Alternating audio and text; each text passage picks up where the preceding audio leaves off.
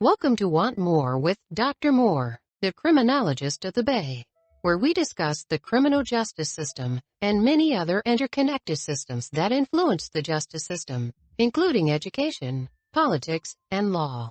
Your host, Dr. Talia Moore, is a college professor who created this space to discuss and facilitate transformation in criminal justice.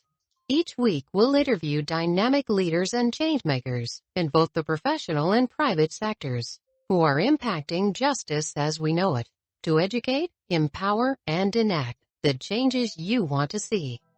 Here's Dr. Moore.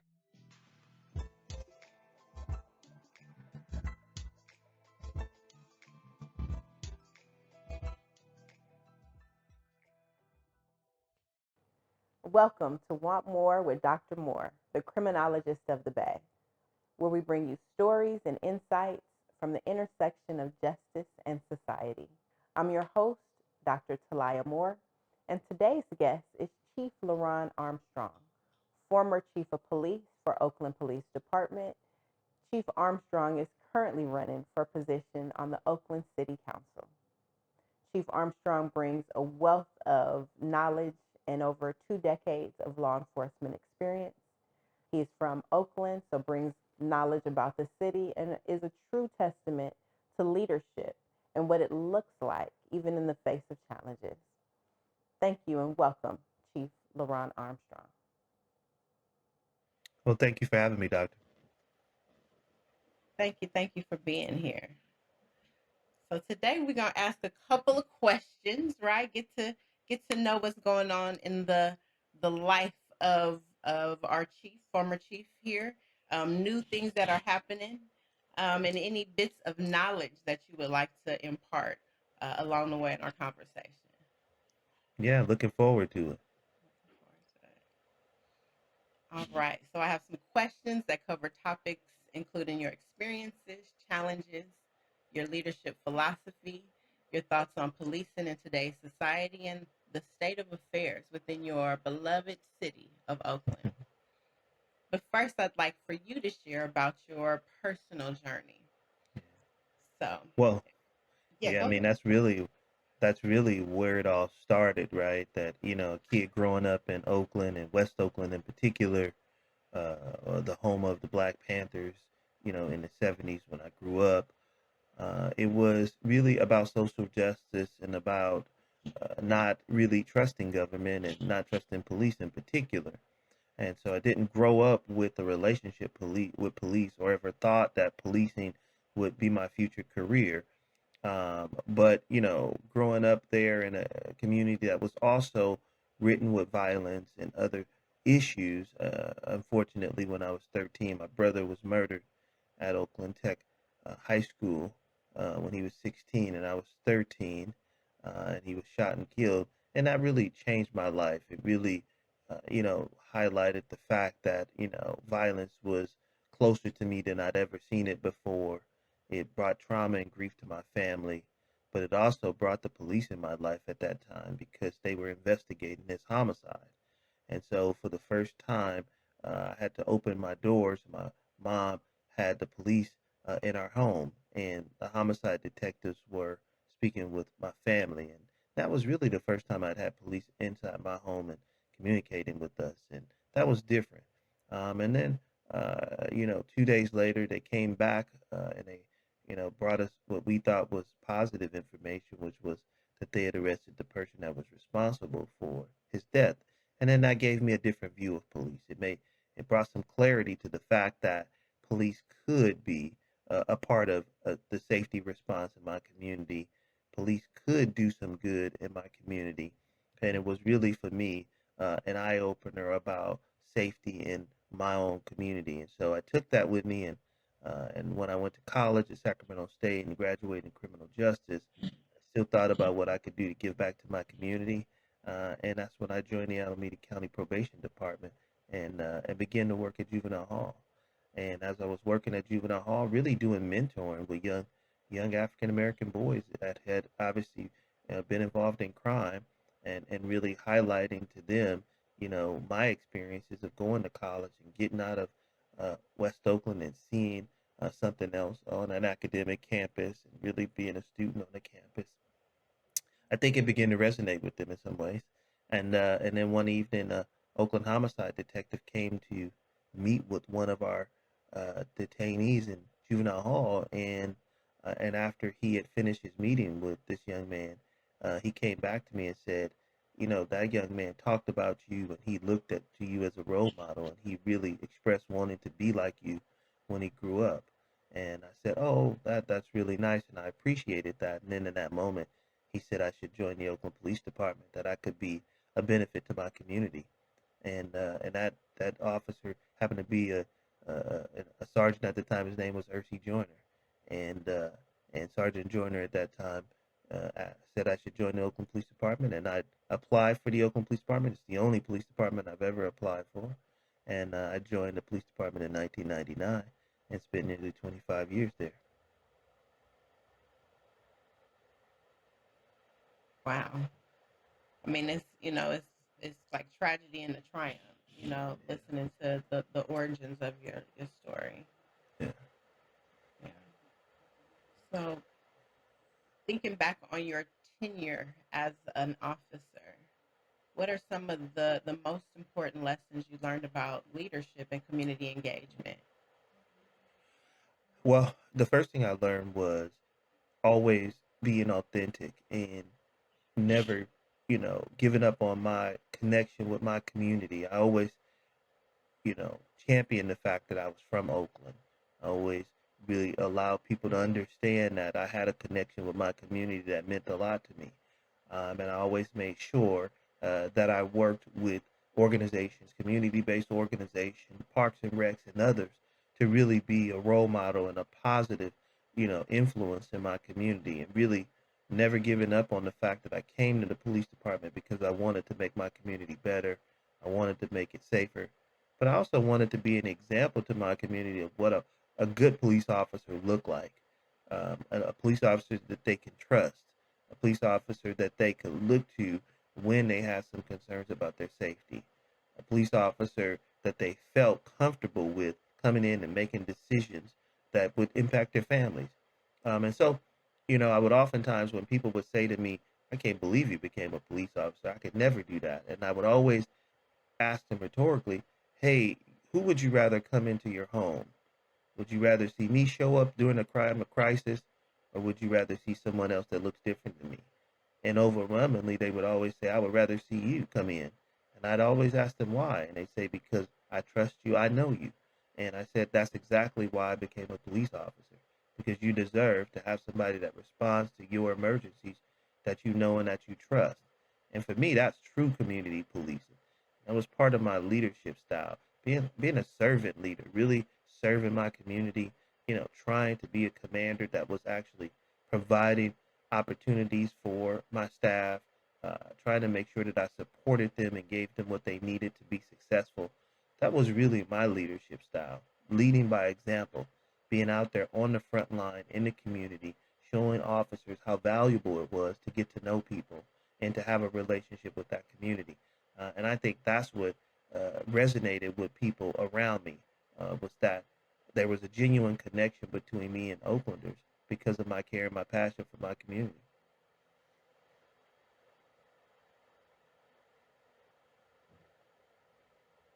That was actually one of my next questions. Like, how are you connected to your community? So I appreciate your response on that. Yeah. Um, well, reflecting on your career and your dedication to the profession, really, what was the feeling, in response to the news when you received it about your termination, Yeah. and what were your immediate thoughts and reactions Mhm. to receiving that information? Well, my immediate thought was disappointment because, you know, the mayor had just entered office and not actually been there in a full week. We hadn't had a chance to sit down and have discussions about the things that were going on within the department. I knew that an investigation that she had been provided had inaccurate allegations or findings towards me, and so I wanted the opportunity to actually just speak to those things and I wasn't allowed that opportunity. And what I really thought was, was really important was, that community wasn't really given a true understanding of why certain decisions were being made. And I think that really did impact all of the progress that we had made as a department. We had begun to really invest in building relationships with our community, and we started to see some of the benefits of that in terms of higher levels of trust, more cooperation, um, more support from community members, and that really showed that our efforts were beginning to actually improve the relations. But then we also started to make significant progress towards our federal oversight. We had made more progress than any chief had made in the 20 years of federal oversight, which is we essentially achieved the goal of getting to what they call sustainability, which is the final year of federal oversight. And so when I was terminated, we were literally 5 months away from being released from federal oversight. And so there'd been a lot of work put into reforming the department, changing policies to make OPD better, changing policies and how we actually stopped and interacted with African American men in particular, changing the way and the decisions that we make when we decide to search, individuals. And so we had made some really critical policy changes that I thought brought more equity and fairness to the way in which we policed. And so we were making progress. I mean, crime was down at the time, and so it just didn't seem like it was the right time to make that decision. And so that did bother me because I knew that doing this without a plan would hurt the community. Doing this without a plan or a leadership transition was going to have an impact on all of the positive momentum we were making. And I think this is where we have to always consider that, politics in policing sometimes can conflict, right? That political agendas can have impacts on people's safety. And that's why it's a fine line, and you have to be really careful that you as a politician aren't making decisions that could lead to, crime increasing, which means that more victimization and more trauma in people's lives as a result of political decisions. And so it just really is, a fine line between politics and policing, because I think in politics we're talking about legislation and policy decisions that oftentimes don't have an immediate consequence. But when we talk about policing, we're talking about decisions that have immediate effects on people's safety. The fact that decisions around how you police communities, how you address crime, all those things matter in everybody's day-to-day life. And so that's what really concerned me.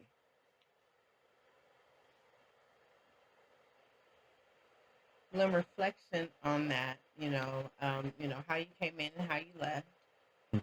Really, what is the legacy that you hope to leave or have you hope that you left behind as chief of police in Oakland? Yeah, my hope is that, and I think it's evident that, I have to say truly blessed because, the first chief that after being terminated, there were multiple large scale protests in the city as a result of the work that had been done and the efforts that I made to build relationships. And that really showed that people cared and people recognized the progress in the work. And as somebody had been around the police department for over 2 decades, I'd never seen the amount of support that I received from the community about my termination. I think people's demands for my reinstatement was clear, and so I think it says to me that my legacy will be always that I was a chief that was for the community, someone that was connected with the community, and someone that genuinely practiced community policing, which is sometimes a title that some people use but don't really invest in building that relationship side. And I really did. I really did. I really cared about Oakland. I mean, obviously, it's where I'm born and raised. I love the city. I have a true passion for safety in the city, and so it just is something that I think will resonate with when people talk about who I was as a chief. They will you can't have that conversation without talking about my connection to Oakland and my community. Well, speaking of your connection to Oakland and your community, forward moving, what are you focused on now? What are the new endeavors that you are pursuing? Yeah. After taking a retirement from the police department, and I do have to say that, after being vindicated by a appeals judge of all allegations against me, um, made by the mayor, I retired and kind of thought I was going to sit back and be able to relax after many years of being in law enforcement. But again, my community came calling and really felt like I had a duty to serve and felt like I had much more to give to my community. And so listening to community members that felt like, I needed to step up in a moment where we have complete chaos in the city of Oakland, where crime is rampant, where our budget is in disarray, where our city looks a mess, where homelessness and affordable housing is at the top of everybody's list of needs in the city of Oakland. Uh, I just felt like there was something more that I can contribute. And so in May of 2024, I decided to put my name in the hat to run for city council member at large. And it is one of the 8 city council members, but it's the only city council member that has citywide responsibility. And so really I felt like being a chief, I had been working across the city my entire career. And so it just made sense to run for the council seat that allowed me to continue to work citywide. And so that's what I've been doing for the last couple months, been campaigning, working hard out here, on the ground, meeting with community members, trying to secure their votes and get their support. And we'll see what happens on November 5th, but I'm excited. Right on, and congratulations for that. Yeah, Thank you. best of luck. Best of luck. Thank you. So, what is your vision for Oakland in the next 5 years? So, if you are elected, what do you want to speak into existence? Yeah. I think it starts with a comprehensive safety plan, really sharing with the community what we're going to do to address our public safety challenges. And that means building a stronger, more resource driven police department that could actually meet the demands of crime in the city of Oakland. I think that starts there. People want to know that there's a real plan on how we're going to reduce crime. And I think that's the first step. I think supporting small business, economic development is critically important. That as crime has went up, we have also seen businesses leave the city, unfortunately, and other businesses that are holding on, or keeping their doors open by a thread. And so, helping small businesses stay open so that they can continue to serve our community, I think, is also critically important. And then taking dollars that we have already allocated in bonds like Measure U to support more building of affordable housing so that we can deal with those that are unhoused, and also trying to secure more resources so that we can build more housing. I think the one challenge that we see in Oakland is that the affordable housing issue is a large, it spans across a large group of people. It goes from those that are housing insecure, that are homeless. It also addresses those that are really living paycheck to paycheck and having a difficult time paying high rents in Oakland. So how do we make sure that we help those that have a desire to be a homeowner but can't afford it, but work hard every day, like our city workers, like even some police officers, teachers. There are some service providers that can't afford to live in the city. And so I think we have to open up opportunities so that those that serve Oakland can actually live in Oakland. And then I think lastly, really a comprehensive plan of beautifying Oakland.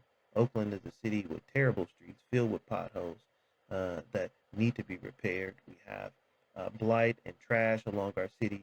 We need to really focus on cleaning up our city and making our city a welcoming city for those that want to come visit Oakland. And then lastly, we have to re-image and remarket our city and really highlight the positives of our city in terms of the culture of our city, the arts of our city, the beauty of our city in terms of the weather. We have some of the best weather in the country. And so I think we just have to highlight the positives and overshadow the negatives that have been put out about our city over the last several years. And really, I think it will attract people. I think people will come and visit, and I think Oakland will be back moving forward and thriving in the next 2 to 3 years. Like to hear that. Oakland is a beautiful city. It is. And, just speaking about highlighting the positives versus what we are often seeing about Oakland, I think that is a place that will be of value, a way to address that. Yeah, for sure. How are you going to incorporate the community as far as decisions around public safety and police and these things that you're talking about? Yeah, I mean, so as a police chief, I always believed in being transparent, and most people would see me oftentimes on the news sharing with the community what was happening in Oakland because, regardless if it was good or bad, I just felt like they needed to know. But also, one of the things that I championed as a chief was having meetings with community members across our city to help solve problems. And so I had a series of meetings when I was chief called Conversations Towards Solutions. And essentially, it was 35 meetings citywide on every beat, policing beat in the city. And I want to take that into my elected role. If I were to be elected, it's just convening conversations across our city, really listening to community members, listening to their concerns, listening to the issues that they think are important, and finding solutions to address those issues. Because you become an elected official doesn't mean that you automatically have the answer to everything, right? That some of these answers lie within people who are living these experiences every day. And the important question is, do you value their input? Well, I'm somebody that has always valued the community's input, and would seek to sit down with people and see if we can resolve problems together. Oakland's budget is in disarray. There's not a lot of money available to throw at every problem. So I think we're going to have to be creative with our solutions. And that means that we are going to have to draw on community. We are going to have to look to state and federal support in order to pay for some of the things we need to get done. But it really does start with getting on the same page with your community about what we're going to prioritize, how we're going to solve problems together, how we can acknowledge that it's not just City Hall that's going to fix problems, that we'll fix problems together. Community will have a role in fixing problems, but also City Hall has a role with actually providing the resources to get things done. And so I think it's a collaborative approach to everything we do. I oftentimes used to say to people when they would ask me, Chief, how do you reduce crime? I would always tell people the simplest way to reduce crime is for people actually not to commit it, right? And so if we could have, some civility in our community where people respect each other, crime can reduce immediately if people just stop engaging in it. But the question is trying to get to the root cause of why people are committing crime in Oakland.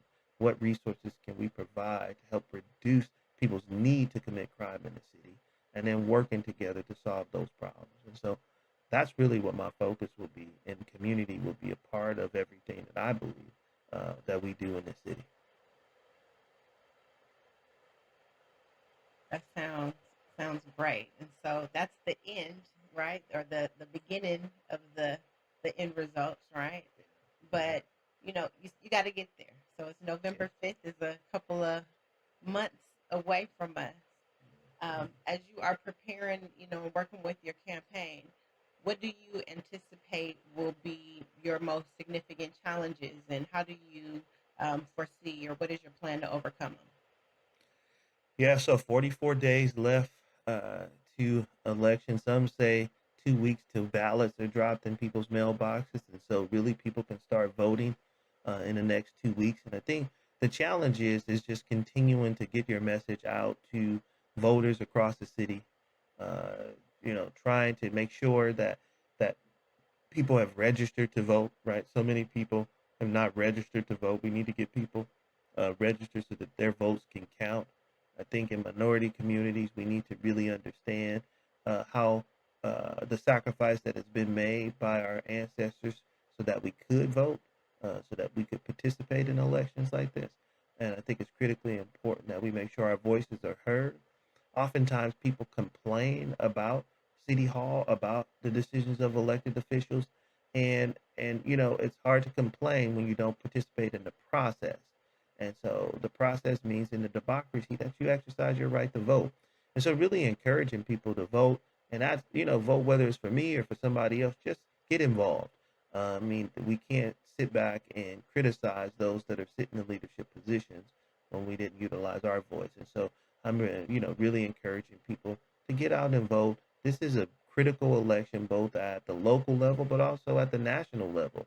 Obviously, the opportunity to elect our first woman, minority, black female, slash, Asian descent uh, president in the history of this country is amazing, right? Kamala Harris, the Oakland girl, who was obviously, the front runner to be the next president, is historic.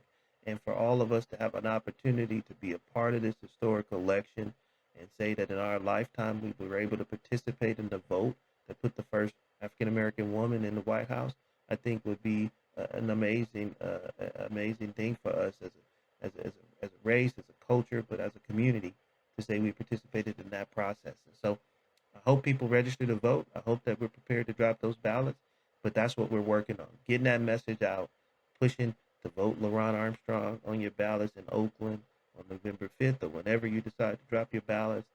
I think everybody is seeking change. That's what I bring is change from the status quo. Let's actually get things done for Oaklanders. And so I'm looking forward to it. We'll continue to push the message out, and hopefully we get the people's support.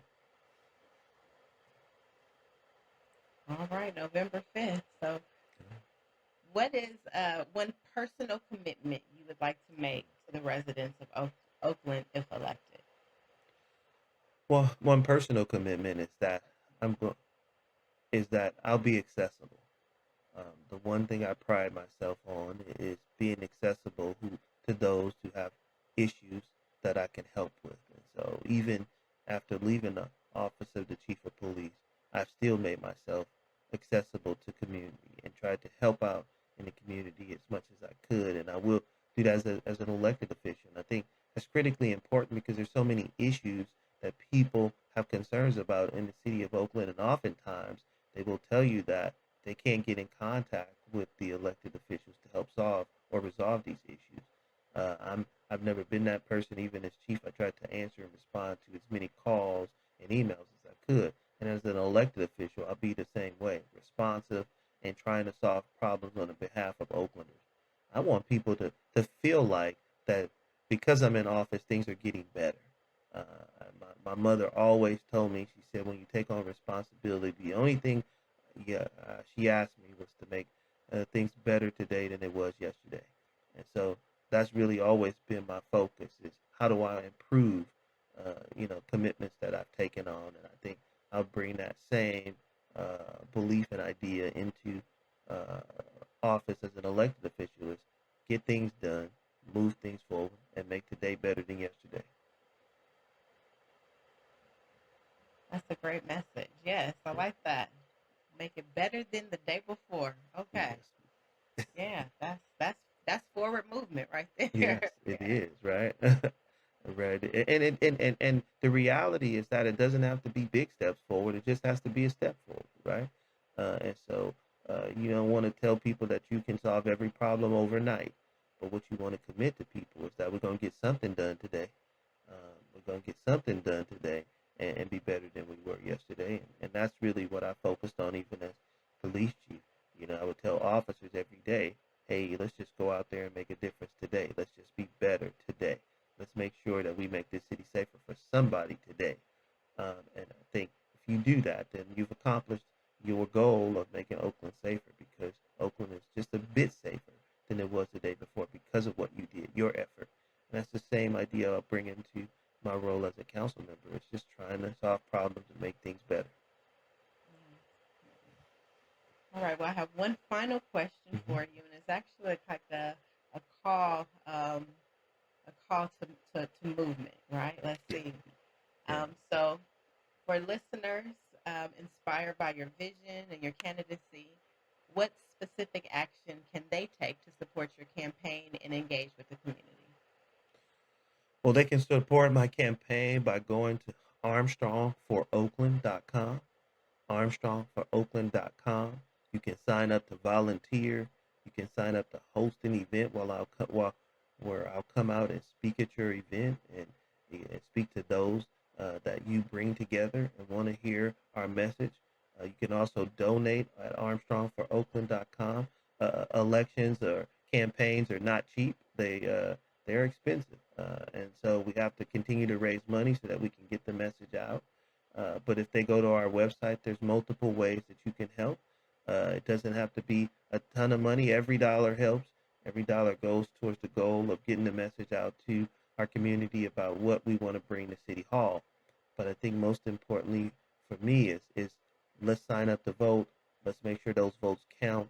Let's make sure that we're being involved in the process. And so you can go to armstrongforoakland.com, and we'll be sharing voter registration dates and locations. We also will be speaking to people about ranked choice voting, and about how to actually go through the ranked choice voting process and how it works. I know it can be confusing to some, so we'll definitely provide some dates when someone who is an expert in ranked choice voting will be speaking about those things. But really, I think going to the website, supporting the campaign, but knowing that change is on the way, and that whatever you do, you're contributing to a new day in Oakland. Right on for that. Well, thank you, Chief Armstrong. Really appreciate your time, your authenticity in the information that you shared, and really your vision for a new direction in Oakland. So thank you. Thank you. You have a good one. Thank you for having me, Dr. Moore. I appreciate it. All right. Take care. God bless. Today's episode, we had the privilege of interviewing Chief LeRonne Armstrong, former Chief of Police for Oakland Police Department, and he is currently running for Oakland City Council. He brought his leadership philosophy, shared that with us, and also discussed all of the vision that he has for the city of Oakland moving forward. If you enjoyed this episode, please be sure to share it with friends, like it, and subscribe. Leave us a review. And remember, true justice means understanding and supporting those who've fallen through the cracks. Until next time, educate, empower, and enact the changes you hope to see. Want more?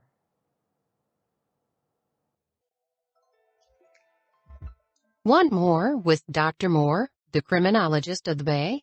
Follow us on Facebook at Want More, and like and subscribe on Instagram at Want More Dr. Moore for more information and future episodes. Until next time, educate, empower, and enact the changes you want to see. Want more.